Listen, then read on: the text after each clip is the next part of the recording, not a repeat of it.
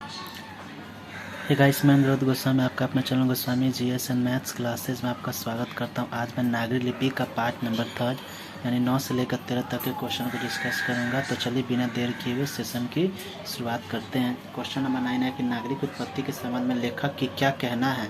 पटना से नागरिक का क्या संबंध लेखक ने बताया। तो चलिए देखते हैं। अल्बेरूनी का मानना था कि यह लिपि 1000 के आसपास अपने अस्तित्व में आ चुका था। यानी अल्बेरूनी का मानना था कि यह लिपि 1000 के आसपास अपने अस्तित्व में आ चुका था। नागरी शब्द किसी नगर अर्थात बड़े नगर से संबंधित है। पद्ताजितकम नामक एक नाटक से जानकारी मिलती है कि पाटलिपुत्र को नगर कहते हैं। यानी जो है एक पद्ताजितकम नामक एक नाटक है जिसमें यह कहा गया है कि पाटलिपुत्र क्या एक नगर है। उत्तर भारत की एक विशेष शैली को ही क्या कहते हैं, नागर शैली कहते हैं। यानी नागर या नागरी शब्द उत्तर भारत की एक बड़े नगर से संबंध रखता है। यानी नागरी या नागर शब्द जो है आपको उत्तर भारत की क्या है, एक विशेष नगर से संबंध रखता है। एवं कुछ साक्ष्य की बात करें तो कुछ प्रमाण के तौर पर आप देखते हैं कि गुप्त सम्राट चंद्रगुप्त विक्रमादित्य यानी चंद्रगुप्त द्वितीय अपनी राजधानी पटना को, यानी अपनी राजधानी किसको, पटना को, यहाँ पर लिखिएगा अपनी राजधानी पटना को, शायद आपको न दिख रहा होगा, लेकिन अपनी राजधानी पटना को देवनगर कहते थे। अपनी राजधानी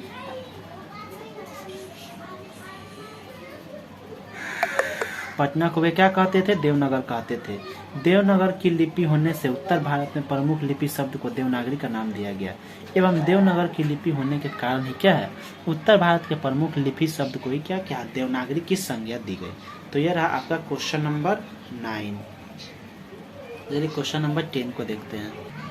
क्वेश्चन नंबर 10 आपका कह रहा है कि नागरी लिपि कब एक सार्वदेशिक लिपि के रूप में अपना स्थान पा गई है। तो यानी कहने का मतलब है नागरी लिपि कब एक सार्वदेशिक लिपि थी, यानी कब यह इसका प्रचार हुआ और कब यह इसकी उत्पत्ति हुई। तो चलिए देखते हैं।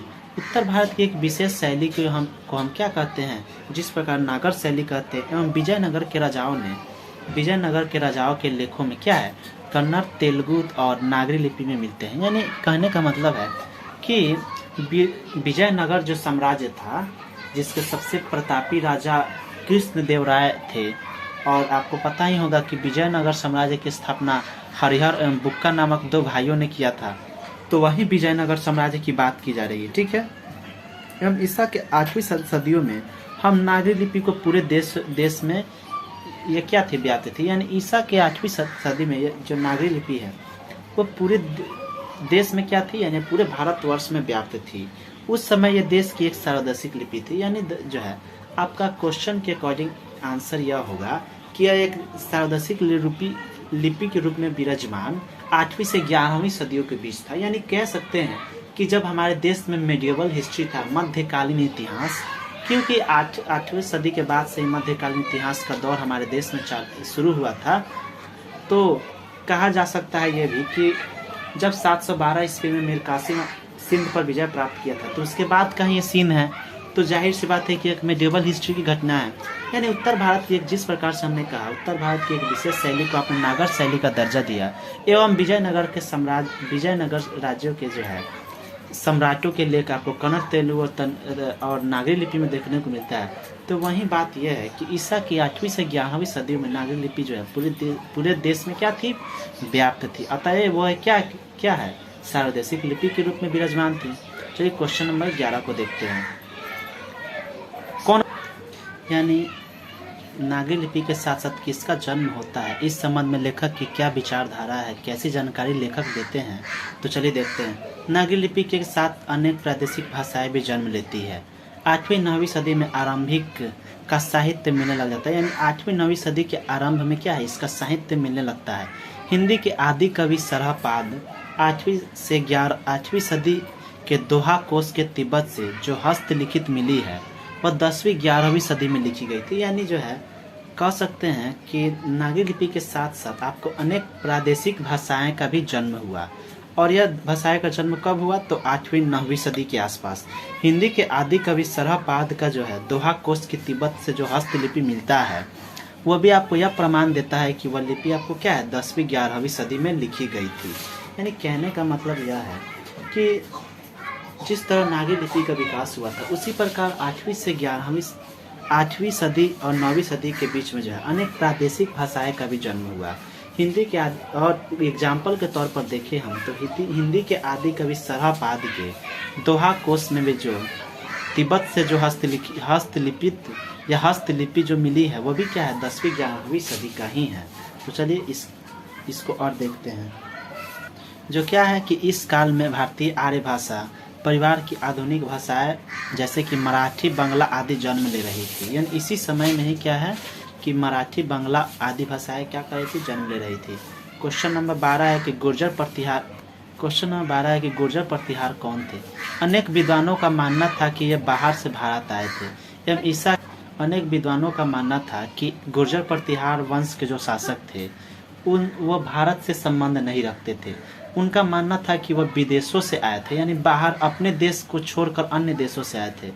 एवं जो है ईसा के 8वीं शताब्दी में पूर्व के क्षेत्रों में उन्होंने अपना शासन खड़ा किया था और बाद में उनका अपने शासन का विस्तार कन्नौज तक भी कर लिया था। यानी गुर्जर प्रतिहार साफ स्पष्ट होता है कि यह अपने देश के नहीं थे, दूसरे देशों से भारत आए थे और बाद में यहाँ पर उन्होंने अपने पैर जमा लिया। तो 8वीं शताब्दी के पूर्व के क्षेत्रों में उन्होंने क्या किया, अपना शासन स्थापित किया और बाद में उनका विस्तार कन्नौज तक हो गया। क्वेश्चन नंबर 13 लास्ट देखते हैं कि निबंध के आधार पर कालक्रम से नागरी लेखों से संबंधित प्रमाण प्रस्तुत करें। तो देवगिरी के यादव शासकों की बात करें तो देवगिरी के यादव शासकों राजाओं के नागरी लिपि बहुत सारे लेख मिलते हैं। यानी देवगिरी के यादव राजाओं के नागरी लिपि में बहुत सारे लेख मिलते हैं। यादव रामचंद्र जी जिनका संबंध 13वीं सदी से है के ताम्रपत्र में ए और ओ की मात्रा अक्षरों को बाईं ओर से है। तो ए और ओ की मात्रा है तो जाहिर सी बात है कि यह नागरी लिपि से ही संबंध रखता होगा। चालुक्य कल्याणी की बात करें, यानी कल्याणी का ही एक वंश है चालुक्य वंश। तो कल्याणी के पश्चिमी चालुक्य नरेशो भी क्या है, नागरी लिपि में उनके, यानी कहने का मतलब है जो चालुक्य कल्याणी वंश के राजा थे उनका भी लेख आपको नागरी लिपि में ही स्पष्ट मिलता है। तो hope you guys like this video आपको अच्छा लगे तो प्लीज़ इसे लाइक शेयर और हमारे channel Goswami GS and maths classes को सब्सक्राइब कर दीजिए। अगला 10th का चैप्टर नंबर 6 है बहादुर, तो मैं उसको लेकर आऊँगा अगली वीडियो में। तो इसी तरह से हमारे चैनल पर बने रहे और हमारे चैनल को सब्सक्राइब कर दे। तो मिलते हैं नेक्स्ट वीडियो में।